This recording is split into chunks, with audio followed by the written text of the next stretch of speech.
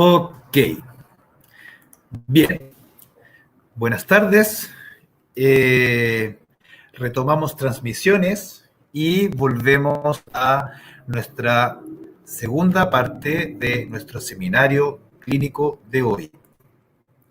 A continuación, seguimos con la siguiente ponencia, que su título es Impacto psicológico frente al diagnóstico de VIH en hombres que tienen sexo con hombres, una revisión sistemática.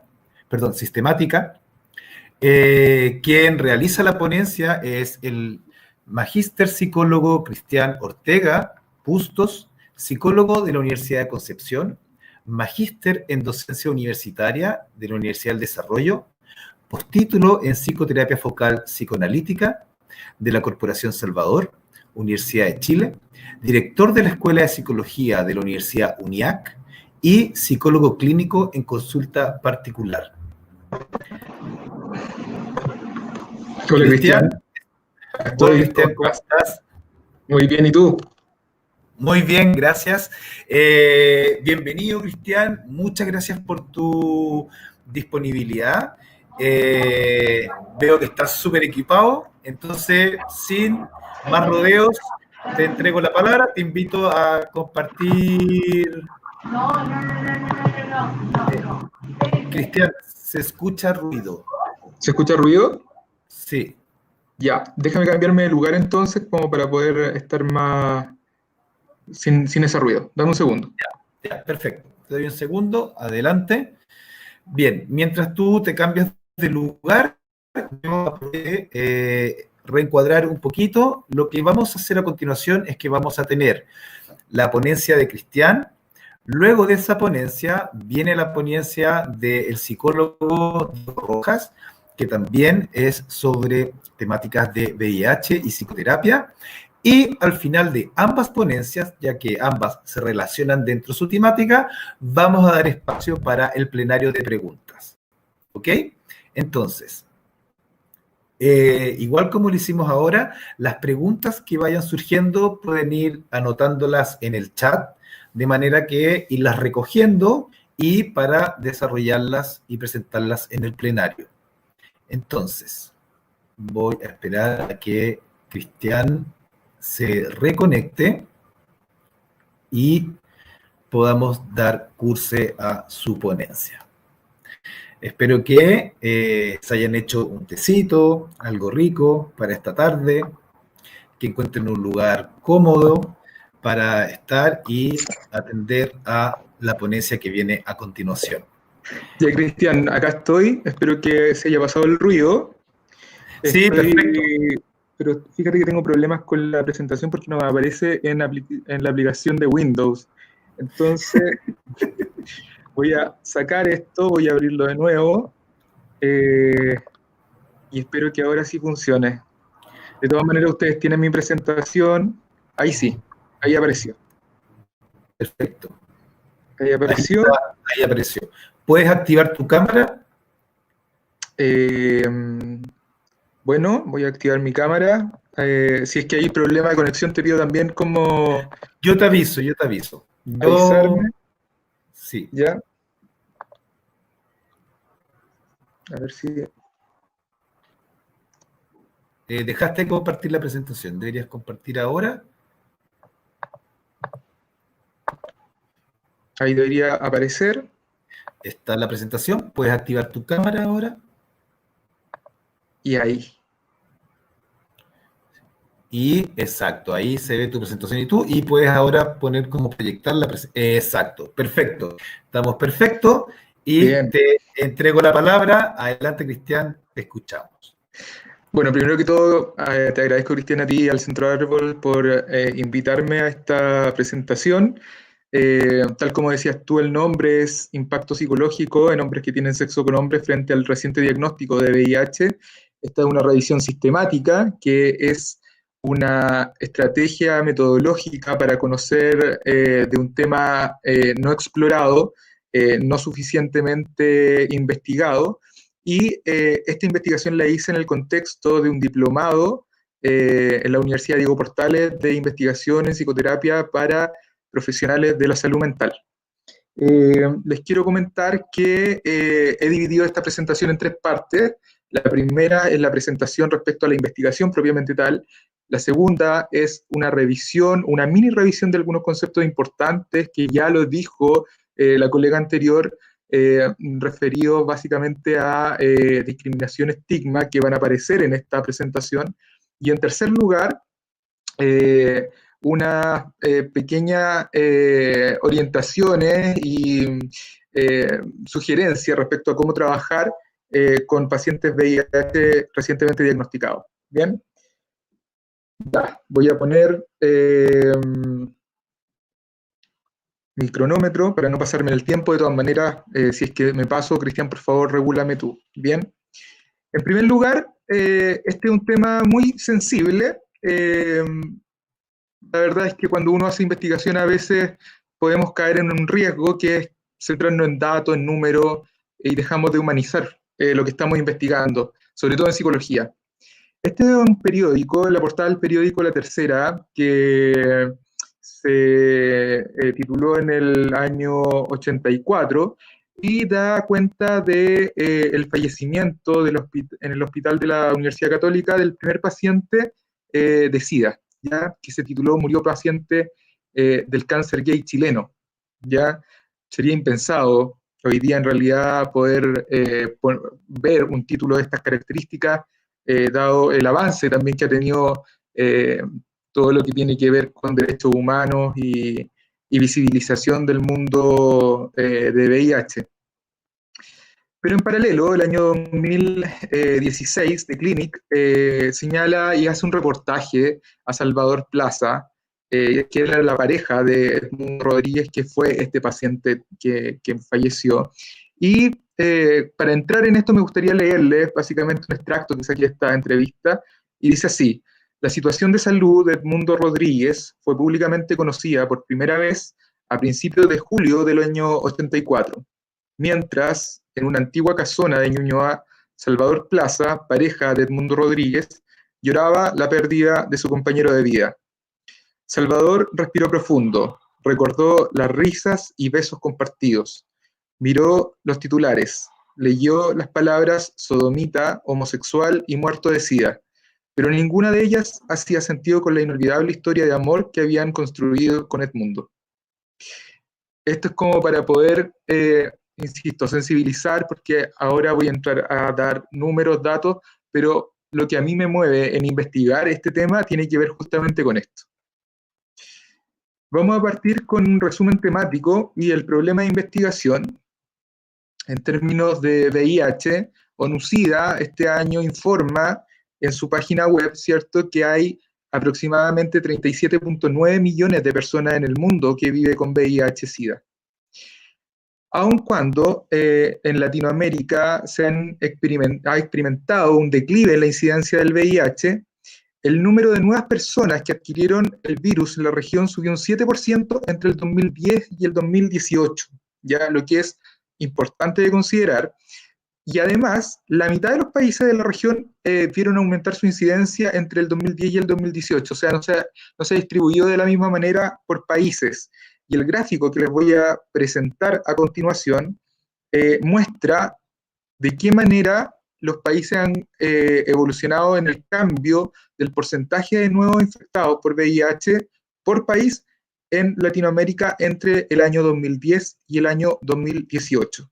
Si ustedes se dan cuenta y miran este gráfico, podemos ver que Chile es el país en Latinoamérica donde hay un aumento, un mayor aumento, lleva un 34%, ¿bien?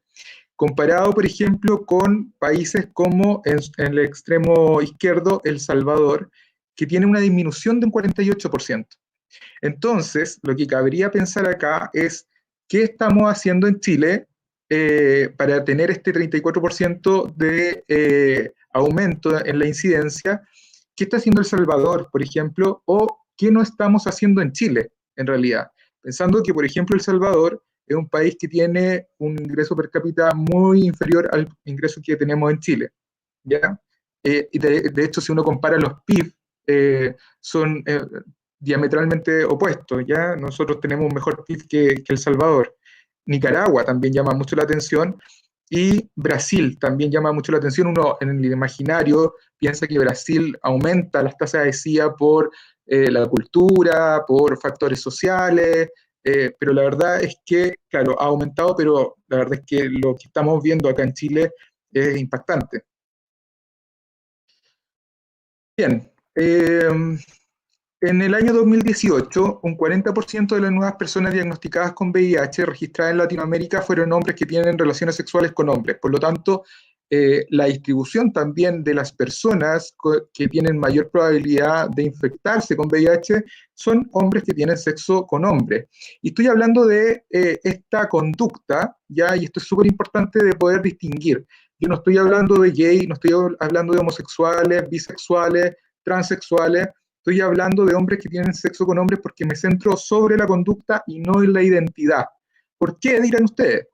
La verdad es que la literatura muestra que una persona, un hombre que se define heterosexual, también puede tener relaciones sexuales con otros hombres, pero él se define heterosexual. Entonces, centrarse en la conducta nos da un espectro mucho más amplio que definir solamente por identidad o por elección de objeto sexual. ¿Bien? Estos grupos, entonces, de población clave y sus parejas sexuales concentran la mayor parte de las nuevas infecciones de la región.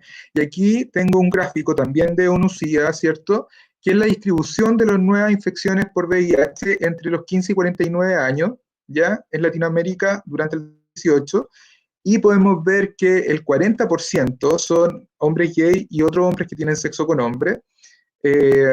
Sumado a eso tenemos mujeres trans, tenemos clientes de trabajadores sexuales y partners sexuales, otros de la población, personas que se inyectan droga con un 3%. Por lo tanto, la sexualidad en general es el mecanismo o la vía de contagio, por lo menos en Latinoamérica, y, bueno, y en realidad en el mundo, de mayor prevalencia para adquirir el virus. En Chile, entre enero y noviembre de 2019, se confirmaron por el Instituto de Salud Pública 6.229 nuevos casos de VIH. El 84% de los casos fueron hombres, a diferencia, por ejemplo, de lo que mostrábamos a nivel latinoamericano. En Chile hay más casos de hombres que tienen sexo con hombres infectados y nuevos infectados con VIH. La edad, el estrato de entre 25 y 29 años presentó la tasa más alta.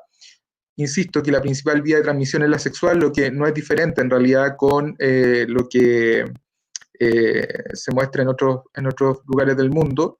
Y la vía de exposición mayoritariamente declarada son prácticas sexuales entre los hombres. Acá estoy poniendo en la figura un gráfico, ¿cierto?, que muestra la evolución que ha tenido los nuevos casos confirmados por VIH por el Instituto de Salud Pública de Chile. Entonces tenemos la información desde el año 2014 al año 2019. Tenemos en azul los casos positivos de enero-noviembre y en rosado los casos positivos de diciembre. Este informe se hace en noviembre, por lo tanto siempre queda el resabio de diciembre. Ahora nosotros podríamos decir, bueno, el año 2019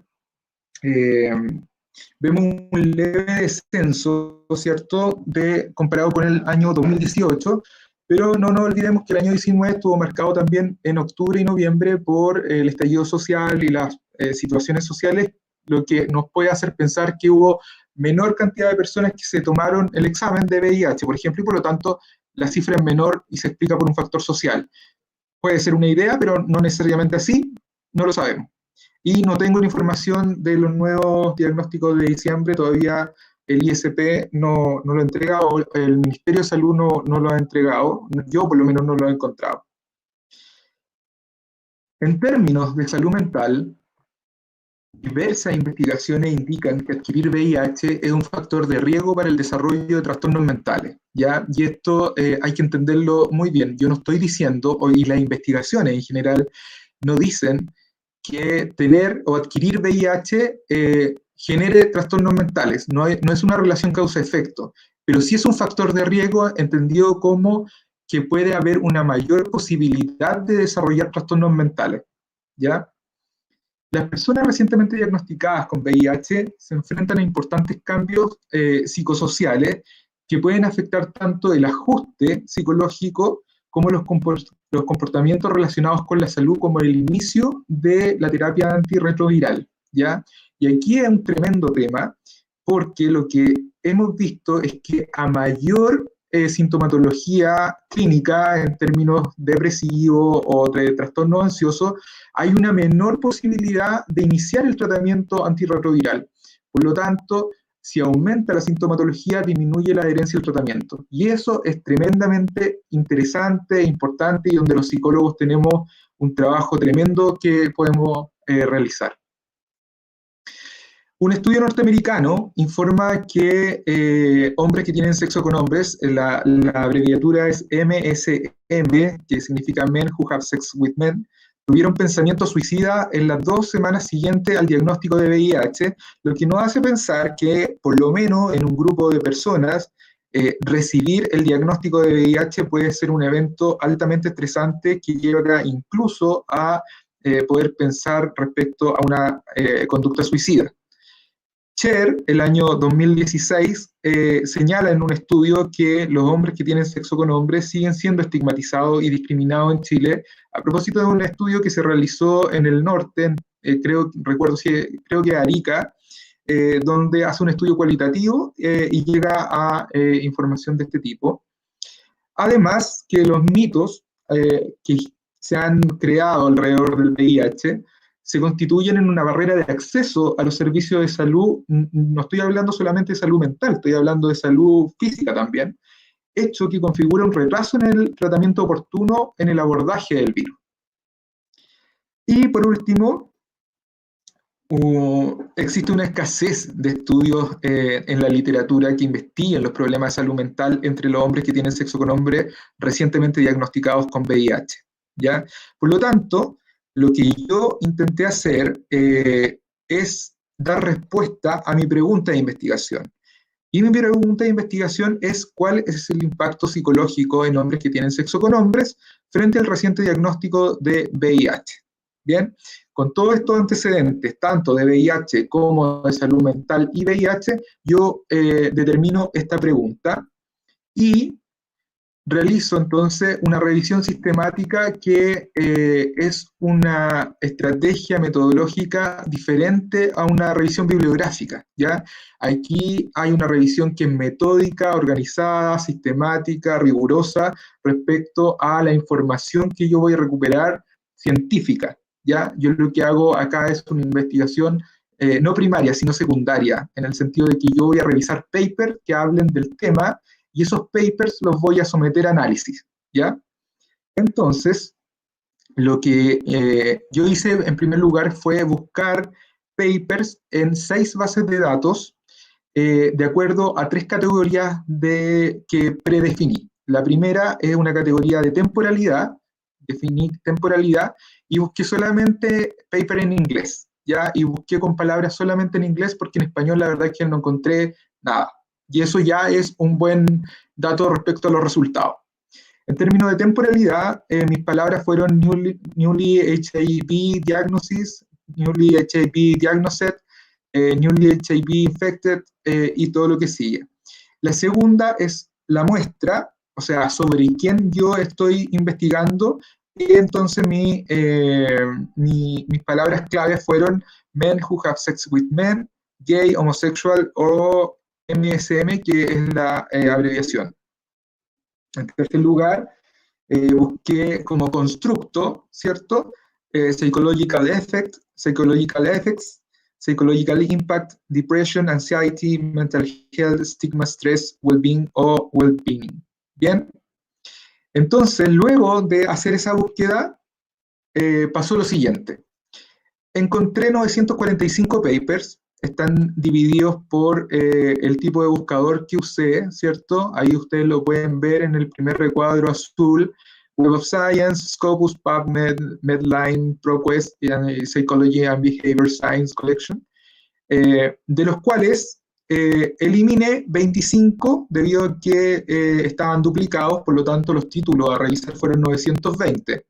De esos 920, excluí por no cumplir criterios de inclusión 886. Eso tiene que ver con que eran artículos que hablaban de diferente temática, diferente población, agregaban otra ITS, además de VIH, estaban en otro idioma, por ejemplo, chino mandarín, y la verdad es que me encantaría haberlo incluido, pero la posibilidad de traducir chino mandarín escapaba a mis posibilidades, como entenderán, o no respondían finalmente al objetivo de la investigación. Por lo tanto, los papers que cumplieron con criterio de inclusión fueron 34. De ellos, quedaron 19 excluidos por no cumplir los criterios de exclusión.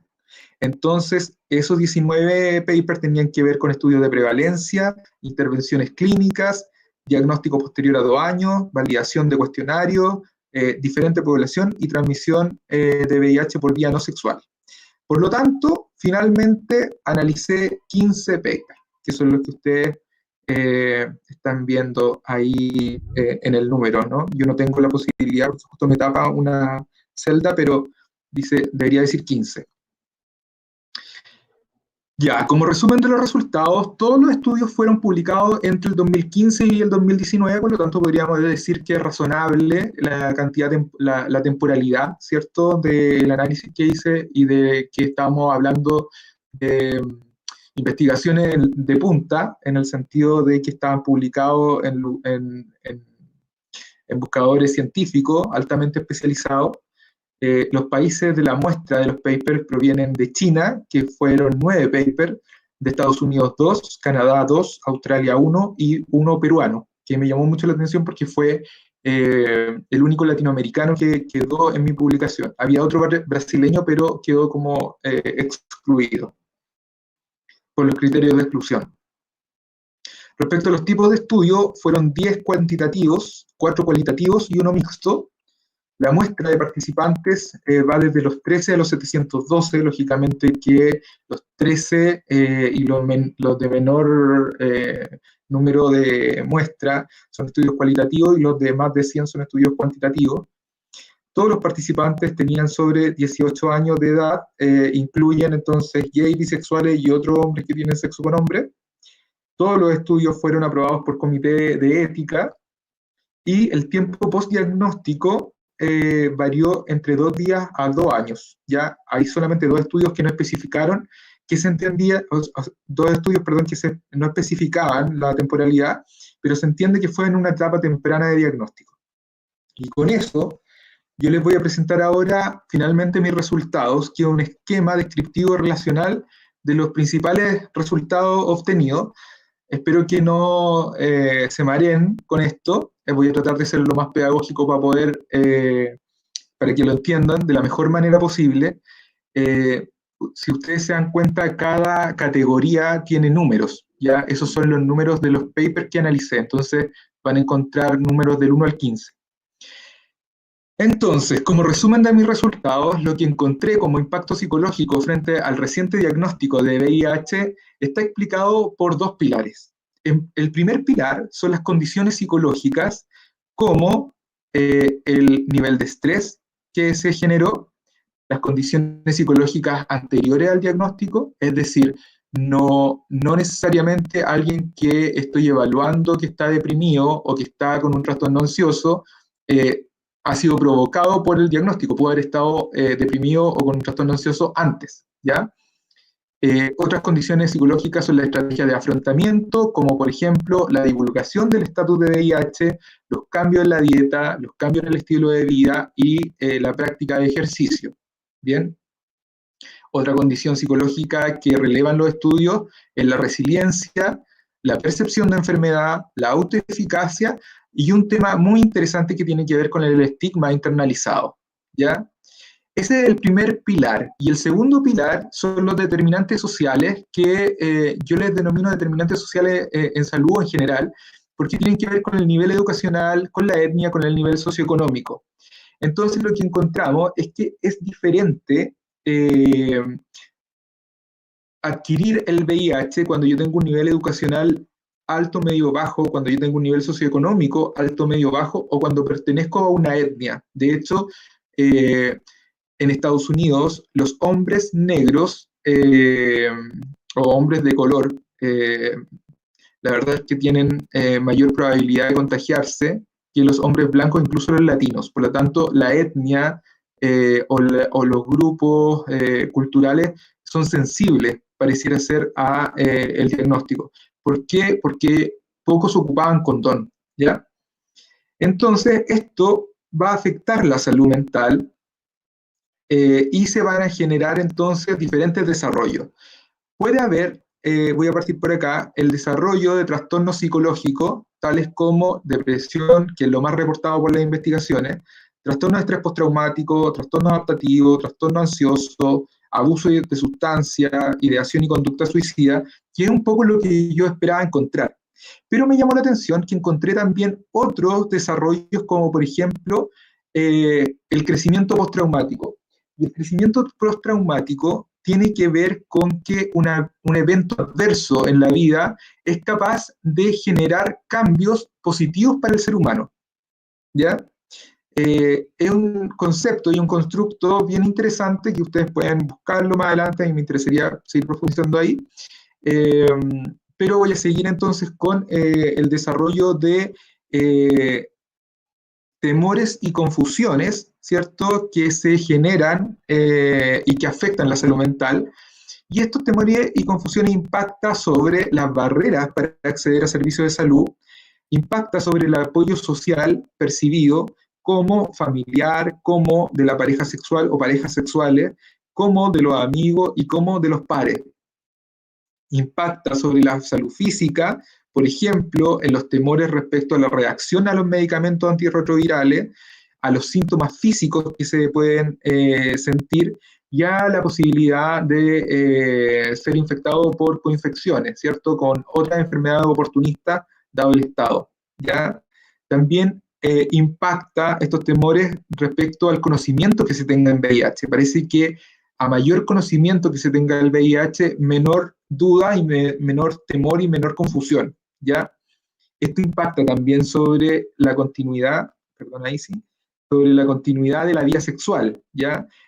Hay papers que hablan de que cuando se diagnostica VIH, hay una abstinencia sexual en un primer momento como un estado de congelamiento sexual por el miedo a contagiar, y que posteriormente vuelve a resurgir la sexualidad, pero con cuidado y que tienen que ver con relaciones sexuales, por ejemplo, no penetrativas, con el uso o no uso del condón. Hay una población minoritaria que, aun cuando sabe y se ha notificado respecto al diagnóstico, sigue no ocupando condón con sus parejas y sus parejas no saben, o sea, no hay una develación a la pareja sexual, por lo tanto el nivel de exposición y riesgo aumenta, y además son ellos mismos quienes no iniciarían esta terapia antirretroviral a tiempo, por lo tanto las probabilidades de contagio aumentan muchísimo.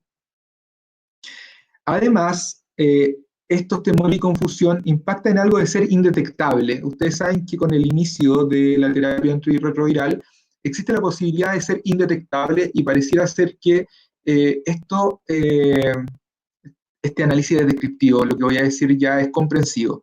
Esta posibilidad de ser indetectable mostraría como la posibilidad de curarse, pero es una falsa cura, porque el VIH no tiene cura, ¿cierto? Todos sabemos eso. Pero el indetectable parece que generara un rango superior versus a los detectables. Eso también es interesante. Este árbol que yo he creado acá y que lo estoy compartiendo con ustedes, cada uno de las categorías son posibles de seguir investigándolas por sí mismas. Cada una es una posibilidad de ir generando mayor conocimiento. Y es un poco lo que vamos a realizar en la Universidad UNIAC a través de la presentación de un fondo de investigación interno con otros colegas que me van a acompañar para poder seguir profundizando. Como discusión, bueno, básicamente se expone la problemática de un grupo poco considerado y que representa un desafío para la salud pública chilena, que son hombres que tienen sexo con hombres, VIH positivo, y su salud mental, considerando además que los lineamientos ministeriales en los planes y programas, por ejemplo, de VIH-Sida, la verdad es que son bien amplios, muy generales, y no da no genera protocolos, no hay estrategias, por ejemplo, de consejería en salud mental, más allá de la consejería de cómo ponerse el condón, ¿ya? Hay una alta prevalencia de trastornos mentales en hombres que tienen sexo con hombres recientemente diagnosticados, y ese es un temazo porque eventualmente a cualquiera de nuestros colegas puede estar, eventualmente le podría llegar un paciente, ¿cierto?, con estas características. Y lo que he encontrado en la bibliografía que revisé es que el impacto psicológico se restringe principalmente al desarrollo de trastornos mentales, y yo creo que en ese sentido sería importante definir un constructo multidimensional que incluya identidad, que incluya estigma, que incluya discriminación y determinantes sociales en salud. ¿Bien? Eso es como para poder seguir avanzando y no centrarse tan solo en trastornos mentales como sinónimo de salud mental. Además, el diagnóstico de VIH genera importantes consecuencias en la salud mental, ¿cierto? Como yo les decía, esto dependerá de variables psicológicas previas al contagio, como también de determinantes sociales y factores socioculturales, considerando las creencias, las atribuciones o las explicaciones subjetivas respecto al contagio y al proceso de enfermedad. Y esto es súper importante como bajarlo a la clínica, que es lo que voy a hacer un poco después de terminar esta parte, bien breve, porque no hay una única manera de definir cuál es el impacto psicológico. Eso es lo que me quedó claro. Esto va a depender de muchas variables, por lo tanto, van a haber personas que van a necesitar mucha ayuda, van a haber personas que van a necesitar algo de ayuda y otras que a lo mejor no necesariamente van a necesitar esa ayuda. Y que vamos a tener que ser bien respetuosos de saber y poder también no exponer a las personas a recibir una sobreayuda que termina siendo iatrogénica. Urge intervenciones psicológicas sensibles a pacientes VIH positivos. Yo creo que cuando estoy hablando de intervenciones psicológicas sensibles, me refiero a orientar ciertas estrategias y ciertos procesos de acompañamiento que sean basados en pacientes VIH y específicos en ellos, ¿ya? No es lo mismo atender otras enfermedades que atender esta, o a una población que no ha sido excluida, que no ha sido estigmatizada, que una población que sí ha sido estigmatizada.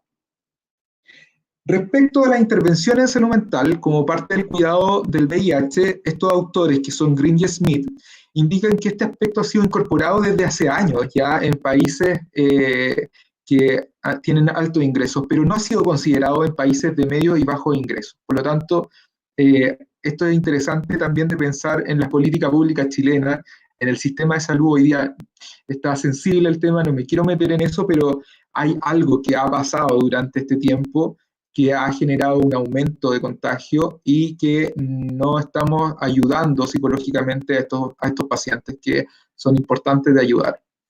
Como consideración especial, la Organización Mundial de la Salud propuso para el año 2020 en cada país 3 metas con mira al control de la epidemia de VIH-Sida, las cuales se conocen como los 390, 90-90-90, ¿ya? La primera es alcanzar un 90% de diagnóstico. La segunda es lograr que un 90% de los pacientes que conocen su estado serológico actual estén en tratamiento antirretroviral. Y la tercera, se busca alcanzar en los pacientes con terapia farmacológica que un 90% llegue a la supresión viral, o sea, que tenga un estado viral indetectable. ¿Bien? Creo que estoy en el tiempo, entonces básicamente decirles que la recomendación y futuras líneas de trabajo investigativo tienen que ver con crear espacios de encuentro virtuales o presenciales con personal calificado y competente como una forma de mitigar el impacto negativo de recibir el diagnóstico de VIH. Y también, por otra parte, surge la necesidad de realizar investigación en Chile respecto a los diferentes problemas de salud mental que pudiera generarse luego del diagnóstico de VIH en esta población particular. Y este estudio para el desarrollo de una investigación o una línea de investigación futura. Y aquí les quiero mostrar una muestra de la realidad chilena. Aquí tenemos una conversación que publicó Acción Gay en su Instagram, y es una conversación de Grindr que es bien interesante y se las quise mostrar acá. Miren, la parte de identidad no está, por lo tanto no sabemos, solamente dice CL, que significa en lenguaje Grindr con lugar, ¿cierto? La primera persona que habla dice, oye, pero antes de que nos juntemos tengo que decirte algo. Soy VIH positivo hace un tiempo y estoy indetectable. Si nosotros tuviéramos que hacer un análisis ahí como de contenido, en realidad, podríamos decir que él está develando su estatus serológico, ¿cierto? Y que está también hablando respecto a su condición de estado, de ser indetectable. La respuesta que recibe del otro es, y ahora me lo viene a decir, qué asco, no, nunca me juntaría con alguien con SIDA. Aquí vemos la desinformación, ¿cierto? Le está diciendo que tiene VIH, no SIDA. Y la respuesta es, te voy a bloquear por enfermo y andar contagiando, que es una respuesta estigmatizada, ¿ya? Entonces, como respuesta, este chico le dice, ¿qué te pasa si yo no transmito el virus? Para de discriminar, loco. Y lo que vemos acá es una racionalización, una defensa ineficaz frente al estigma, porque el estigma tiene un componente cognitivo, un componente afectivo y un componente conductual.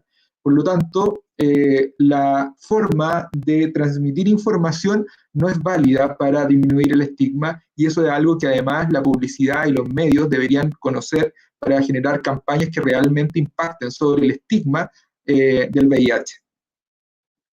Este manual es de la Fundación Huésped de Argentina y lo recomiendo absolutamente. Es abordaje psicológico de personas con VIH, donde hay una explicación muy interesante respecto a lo que hay que hacer, da consejos, ilustra algunas situaciones. Y me voy a saltar esto porque quizás me estoy demorando mucho, pero quiero mostrarle esto que me parece súper interesante, que es estigma y VIH, y da la posibilidad de poder pensar por qué se ha generado el estigma y la discriminación en esta población desde la enfermedad, ¿ya?